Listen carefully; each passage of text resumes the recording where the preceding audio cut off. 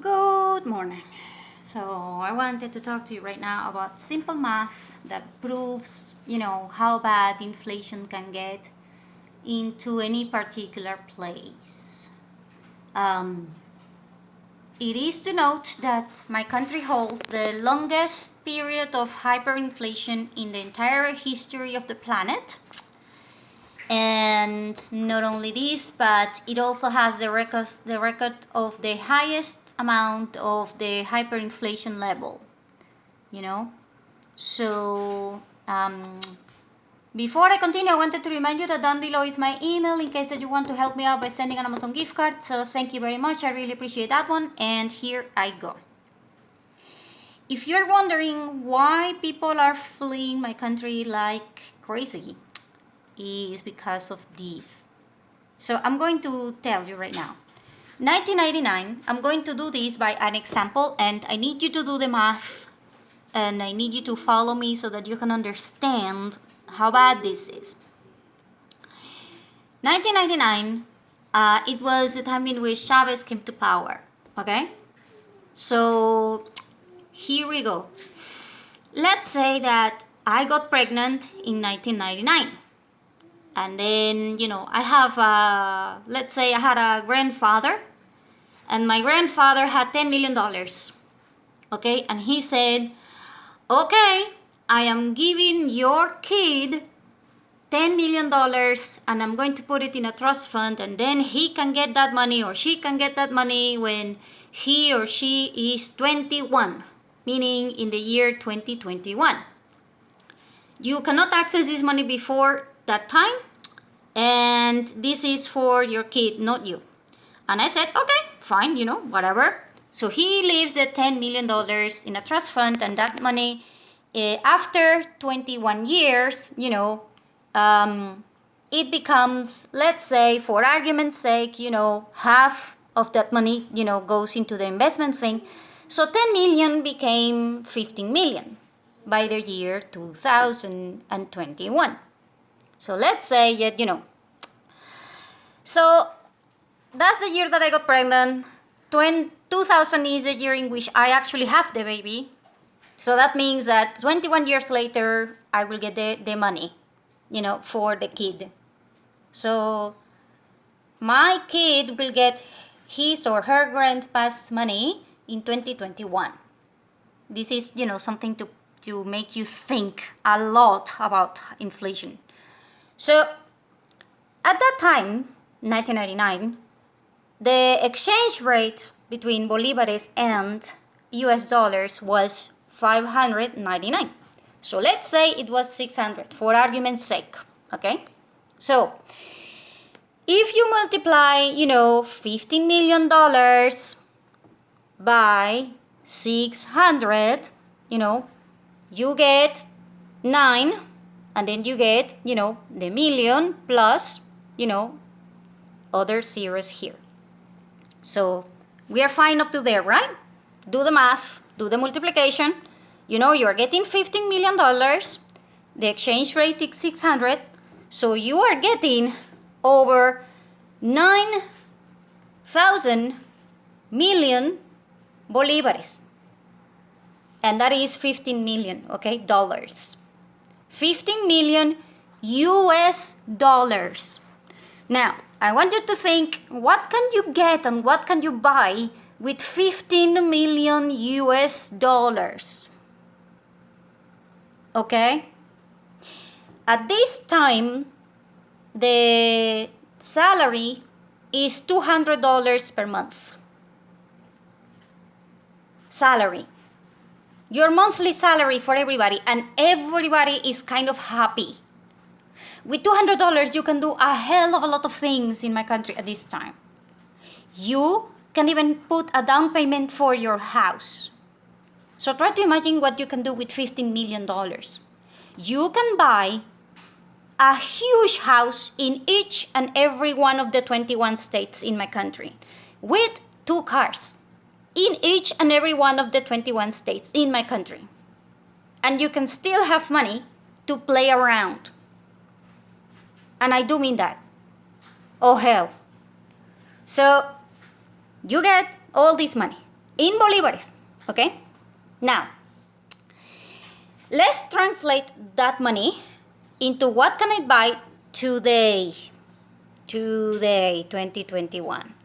Because today happens to be my kids, hypothetically, because obviously, this didn't happen.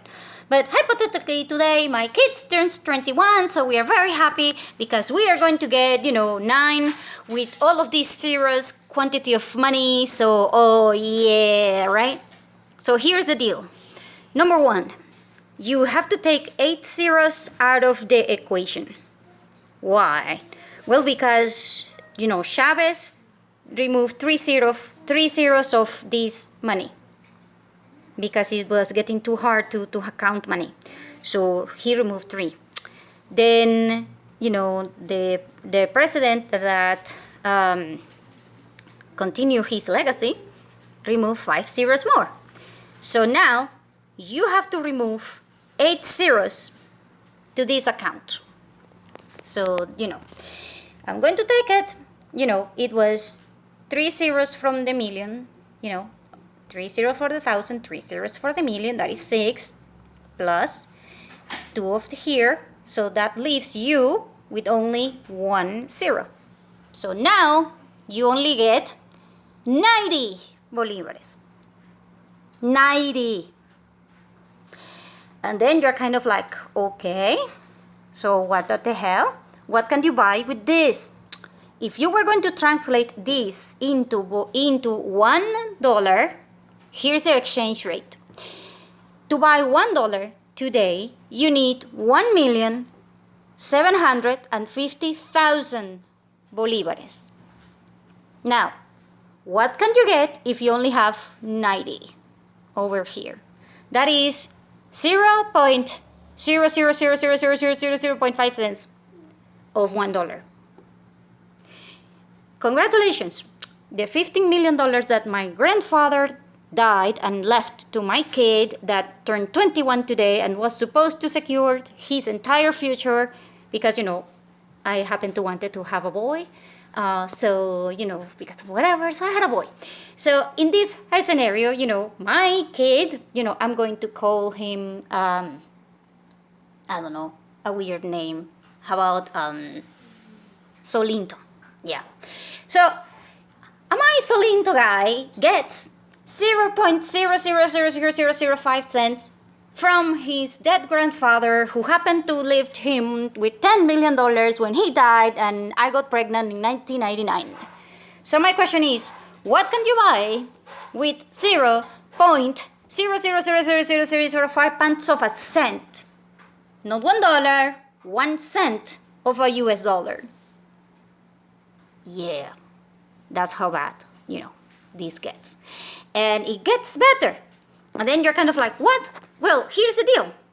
If you signed a contract, and that contract was a yearly salary, which, by the way, the government is good doing that a lot to teachers, and that is why now teachers, are being sued by the government and the private companies and by everybody because, teachers usually sign a yearly contract, and the salary for the whole year is,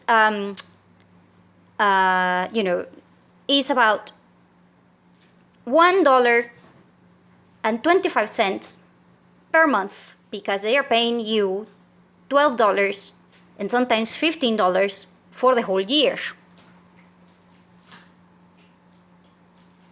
And that is why teachers are leaving. The doctors are getting the same deal. The doctors are getting around that money. And the doctors have to provide their own, bioprotection equipment and things like that. That's why they're leaving. Right now, that is why a private doctor in a clinic will cost you anything from $50 to $200. You going to the doctor, if you do not have insurance, it will cost you between $50 and $200. If you do have an insurance, and the insurance is in the US dollars, then you're good to go. You don't have any problem.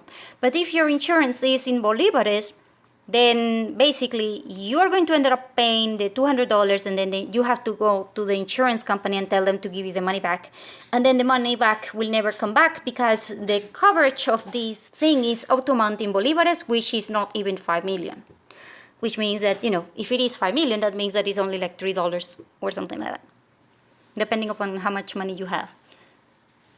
You know, some of them will be up to 200 million, but still 200 million is not even $200. It's not even $100.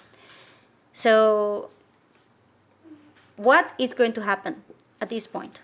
Well, you can say goodbye to insurance, unless it is in a foreign, foreign currency.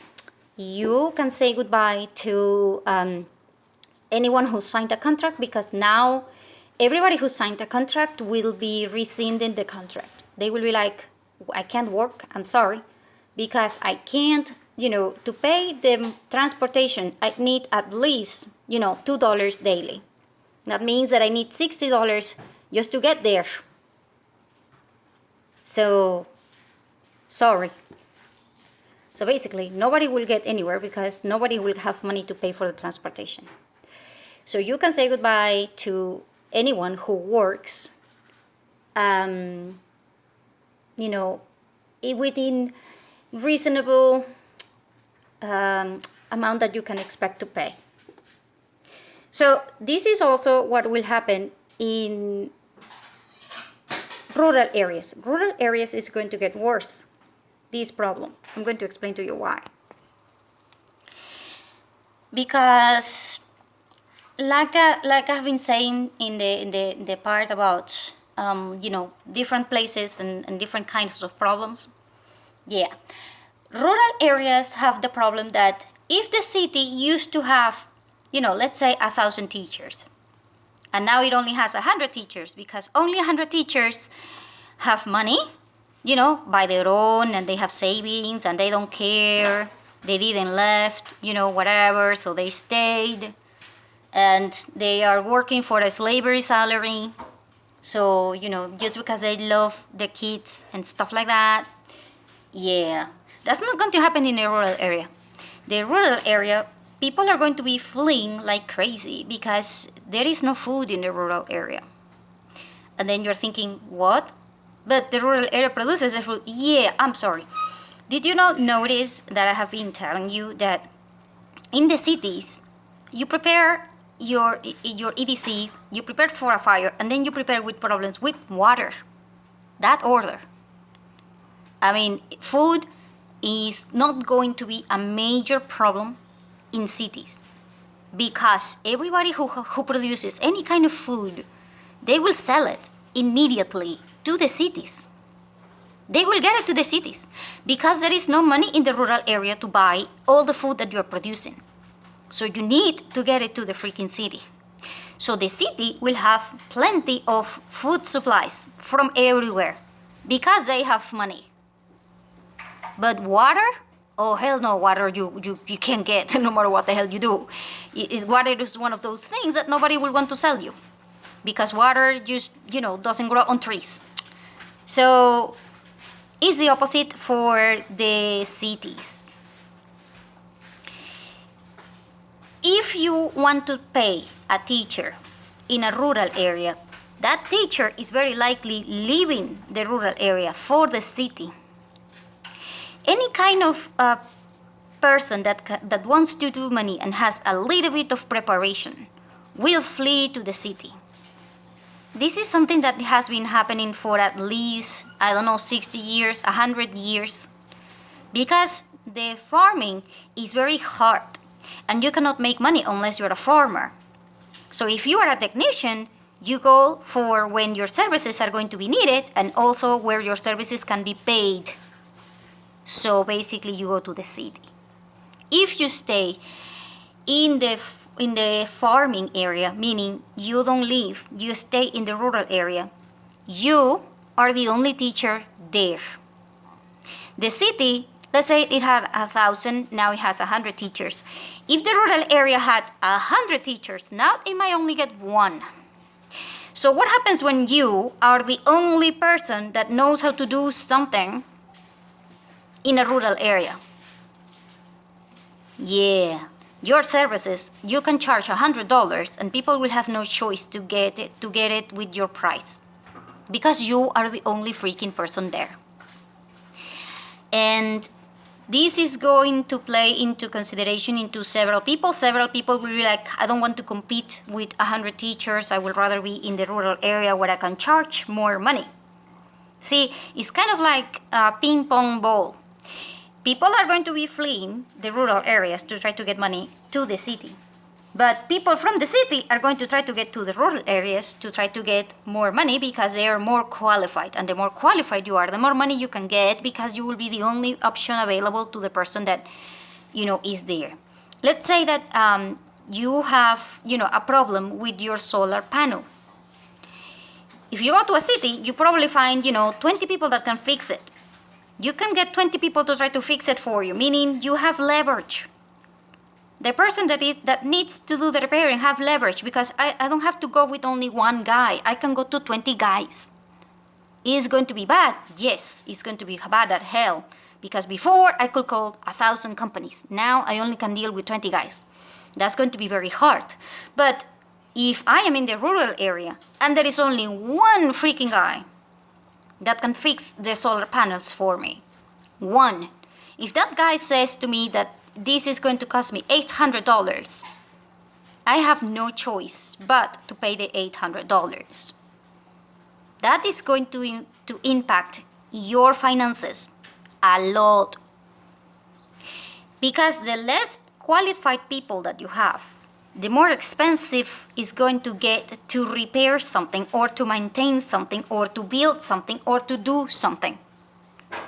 And this is going to play a role into your preparations.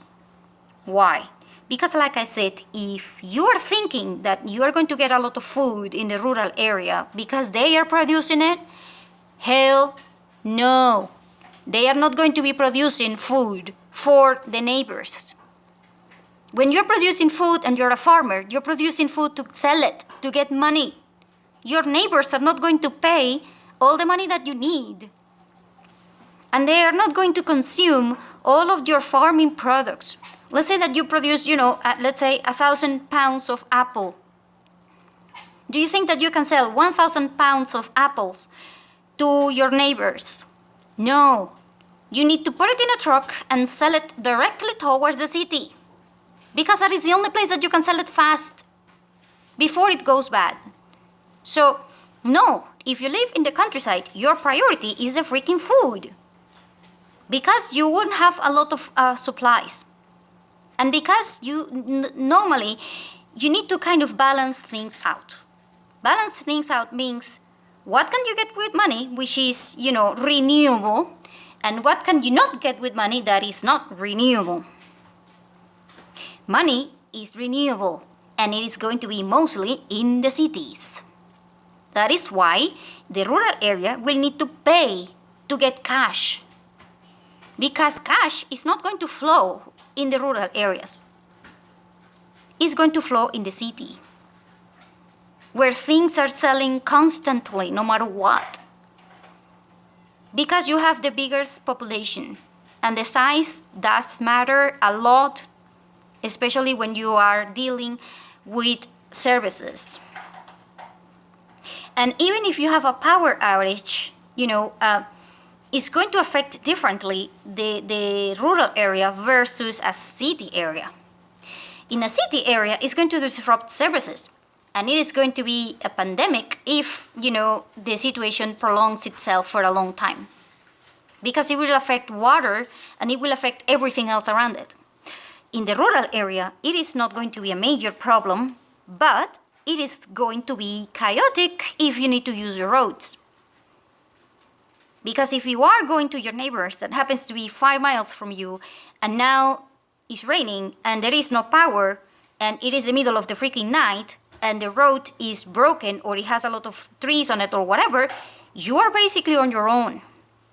And you are kind of screwed because there is no power. You can't see the road. You can't, and you need to travel, and you need to do a lot of things that in the city, it's not going to be a major problem because you can take anywhere. You can walk, you can take a taxi, you can, you can take a bus, you can call someone, you can get a lift, you can even, I don't know, use a subway, use whatever. Hell, for all I know, you can even swim there. If it is a river thing, like, I don't know, like New York or whatever. You can even use a boat, whatever, But if you're in the middle of, of a farming area, your options are going to be very, very limited. Especially if, like I said, if it is night. If it is day, you might be able to see, but if it is night, then you are kind of screwed, and your preparations need to be set up for that particular problem. Because facing the same problem is not going to be the same. It's like two people facing the same monster, and one of them dealing with a left tentacle and the other one dealing with the right tentacle. It's not the same. It's the same monster, but it has two tentacles that are completely different. So, inflation will affect differently rural areas than, city areas. And it will affect differently the lawyers as well. Because now lawyers are going to be trying to come up with a solution as to what to do with the salary situation. And they are also going to try to come up with a solution as to what to do with the equipment that is supposed to be provided by the companies that are hiring these people, but now they can't. And it's going to be insane. And if you're a lawyer, oh hell, you're going to have a field day out there, So, you're going to probably be, fed up with so much work. And if you're an accountant, you're going to probably end up being even worse. Because if you are an accountant and you can't, and you are dealing with, like $10, that's okay. But if now the numbers every time that you sell something is $1,000, it's more zeros, it's more space, it's more everything, and it's more insane. And oh crap, the accountants are going to have nightmares. If you think that they have nightmares now when they are having like a tax day or whatever, oh hell no, that is heaven compared to what is coming for accounting. So, no, hell no. So, what I'm trying to tell you about inflation is that if you put money into a future that hasn't come yet, and then someone screws up, then you are going to be screwed really bad. So, you need to consider also this thing. The situation is like this because someone in the government and in the justice system, and I do mean in the justice system, someone screwed up. And here is the deal why. People are, the other day I read someone on Twitter saying, if government, makes the money, then why do we have to pay taxes? Well, that's the whole thing. Money is not made by the government. Money is handled by the government, but it is not made by the government. The minute, the second, and I do mean the freaking millisecond, that the government is the one that is supposed to make the money, you can go to the rabbit's hole even worse and even longer than my country. And I have no idea how you are going to handle that. Here is why. You are supposed to have three independent systems. The justice system, which has nothing to do with politicians, because otherwise, how the hell are you going to punish a politician that is doing something wrong? Then you have the political system that needs to handle the people. Politicians are like, okay, we are making these rules, we don't want this to apply, we want to help people, we want to do this, we don't want to do that, or whatever, we want to help, we want to deal with customs, we want to deal with immigration, we're dealing with this, with the schools, we're dealing with the hospitals, all that stuff. Yeah, that's the role of the government.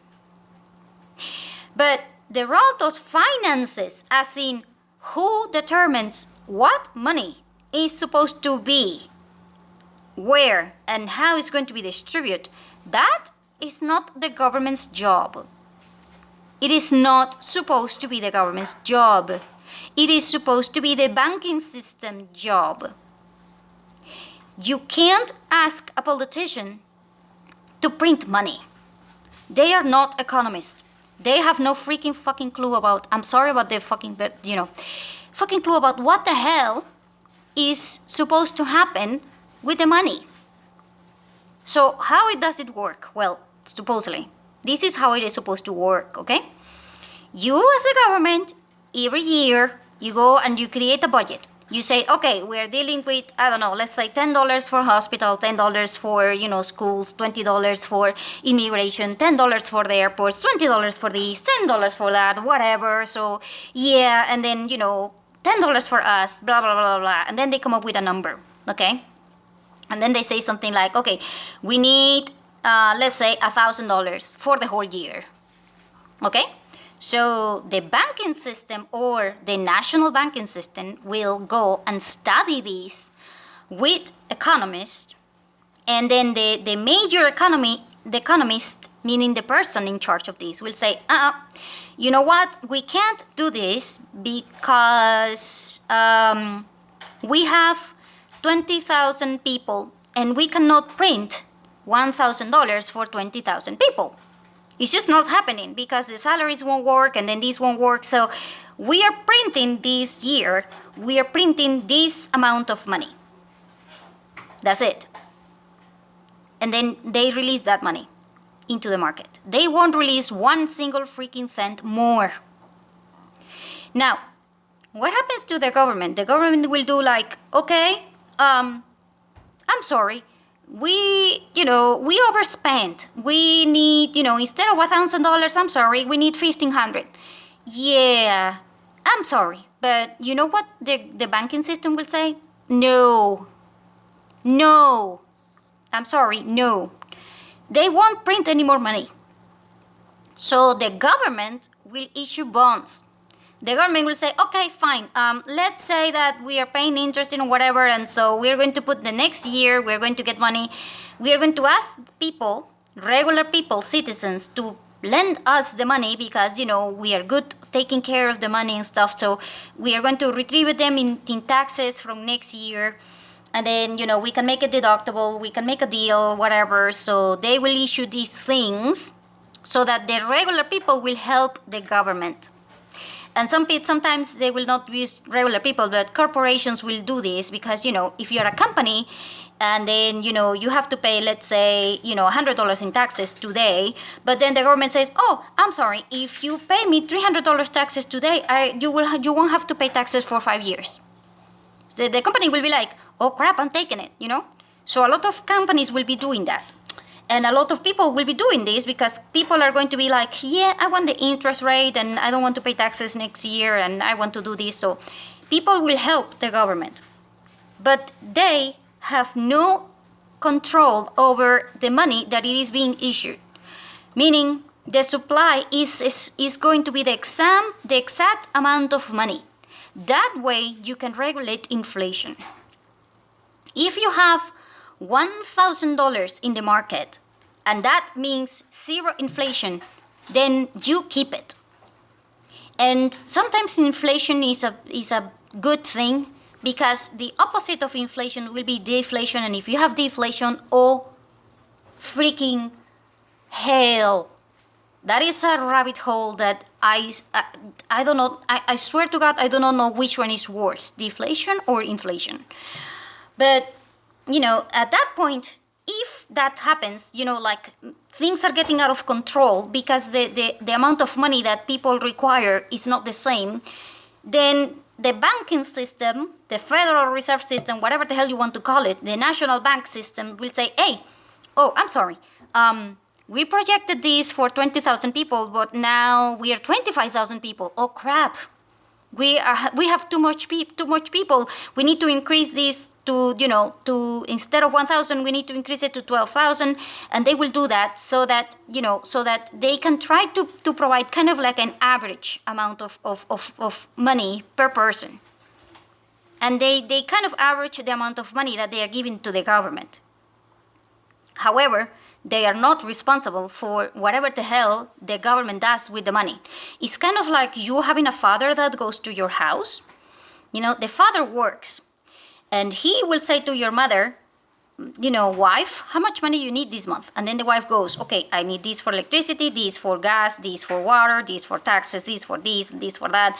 I need $100.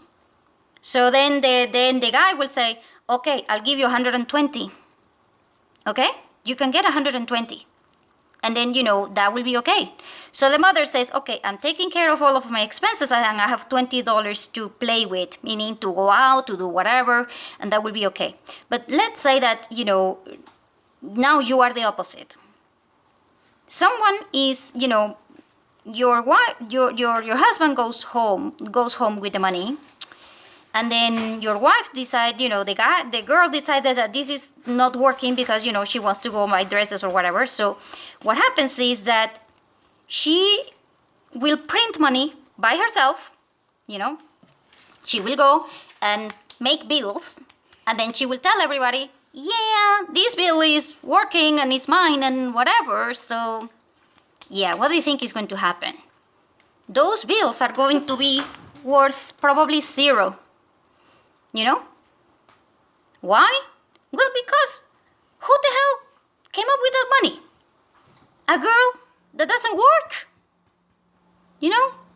So, no. The money has value depending upon who is backing it up. And for that, you need two things. Either science or you need a lot of assets. And for that, you cannot have politicians in the middle. That is why when the moment that you say that the banks are in charge of the politicians, then things are screwed, like really screwed, because the politician will be like, oh no, we need 1,500. Oh yeah, we're just going to print it. Don't worry, we're going to print it. Oh, if we need 300 more, then print it. So I'm going to explain to you a little bit about when the government kind of is allowed to help this situation. Let's say that there is a real freaking emergency. Let's say that God, willing, whatever, there is a war. At that point, government might take over. But other than that, you shouldn't allow it. And the reason is, clearly now. Because they're not supposed to do this. Politicians is one thing, economists is another one. So hope this was helpful. Thank you.